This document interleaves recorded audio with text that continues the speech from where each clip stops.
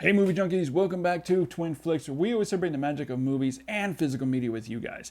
Now this video is going to be a little bit different. I'm not doing a 4K versus Blu-ray comparison review or just a general 4K review. Instead, MVD sent me a couple movies to review out of their Rewind Collection. The first one is Desperate Hours, starring Mickey Rourke, Anthony Hopkins, Mimi Rogers, the director of The Deer Hunter. What could possibly go wrong? Everything goes wrong. And the second movie that they sent me to review is Miami Blues, starring Alec Baldwin, Fred Ward, Jennifer Jason Leigh. This is going to be on the next video I do. But first of all, take a look at this artwork. I love it when MVD Rewind Collection does this. It's basically a mock of the old VHS tapes that you'd find back in the day in a video store. It even has a 2-day rental sticker there. Please rewind, be kind. The genre, thriller. It's fantastic. I love it. It's got some nice wear and tear to it. It also includes a reversible sleeve. So you got the commission artwork here and then the original artwork there. And it includes a mini fold-out poster.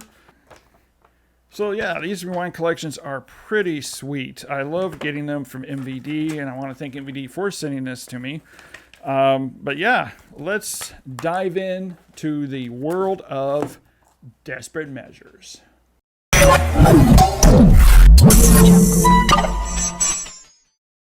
Now, Desperate Hours is Michael Cinemo's, who directed the Deer Hunter, attempt to take a 1950s crime classic and remaking it by amping it up a couple notches. And he fails spectacularly in every way possible.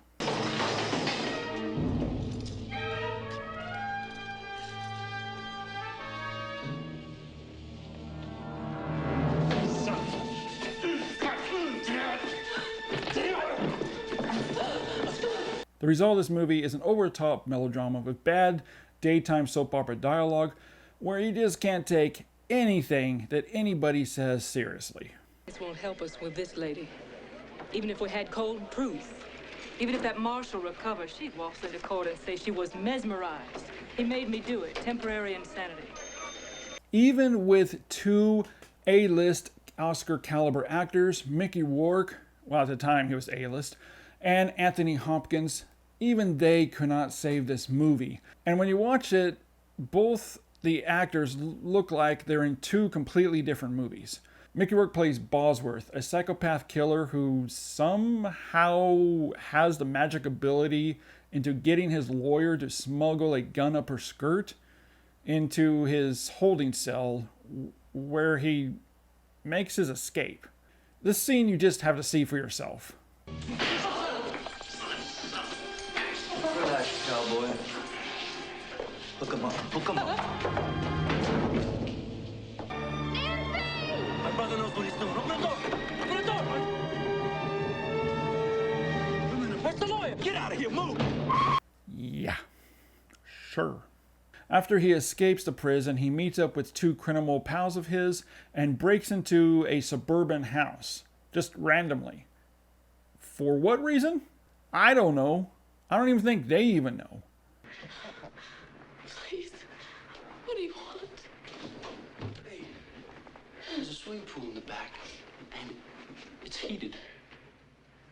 But before breaking into the house, he just kind of stands around, looking around for some reason.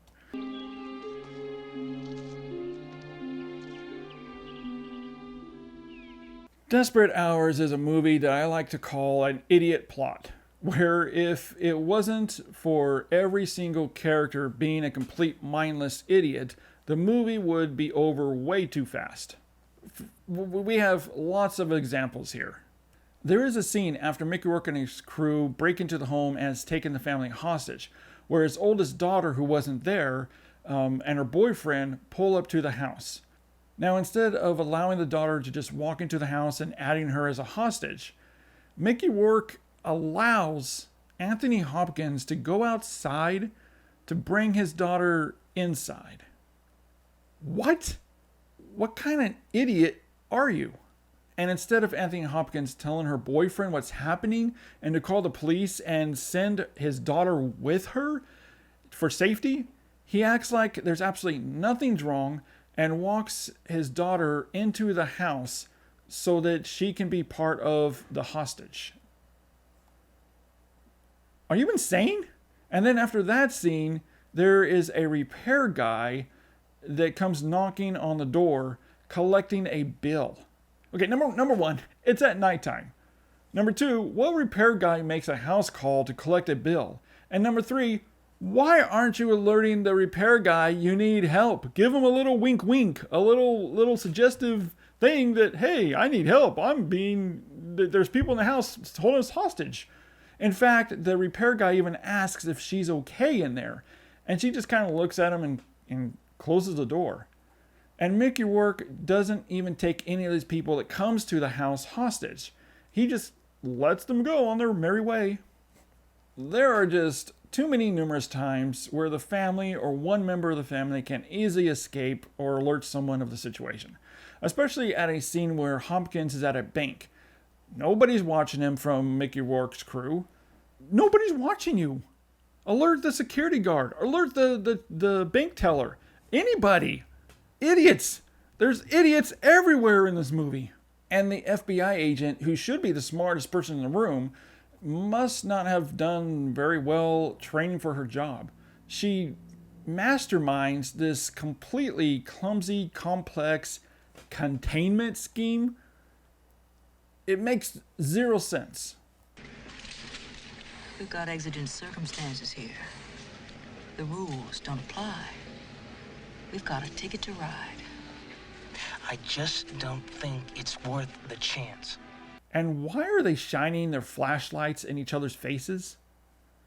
Later in the movie, there are marksmen climbing trees in the neighborhood, helicopters circling the house, police setting up roadblocks all around the neighborhood. The house is completely surrounded, and yet Mickey Rourke is completely oblivious to all of this. And that ending, that was a rough ending. Do not move! Stay down! Now I can see what the director was trying to go for here, making a callback to the crime noir films of the 50s, 40s, 50s, or 60s, and set it in modern 1990, which just doesn't work. You can't do that sort of noir film in a modern day picture. It just becomes a convoluted mess of a movie, and that's what this is, honestly. However, I think that just for the absurdity of the movie, I'm going to give it a stellar 5 out of 5. Yeah, it's not a good movie, but it's a whole lot of fun to watch. Well, I want to thank you so much for hanging out with me for a few minutes here while we talk about this classic masterpiece of a film, Desperate Measures. As always, keep doing your part in keeping physical media alive, and I'll see you next time.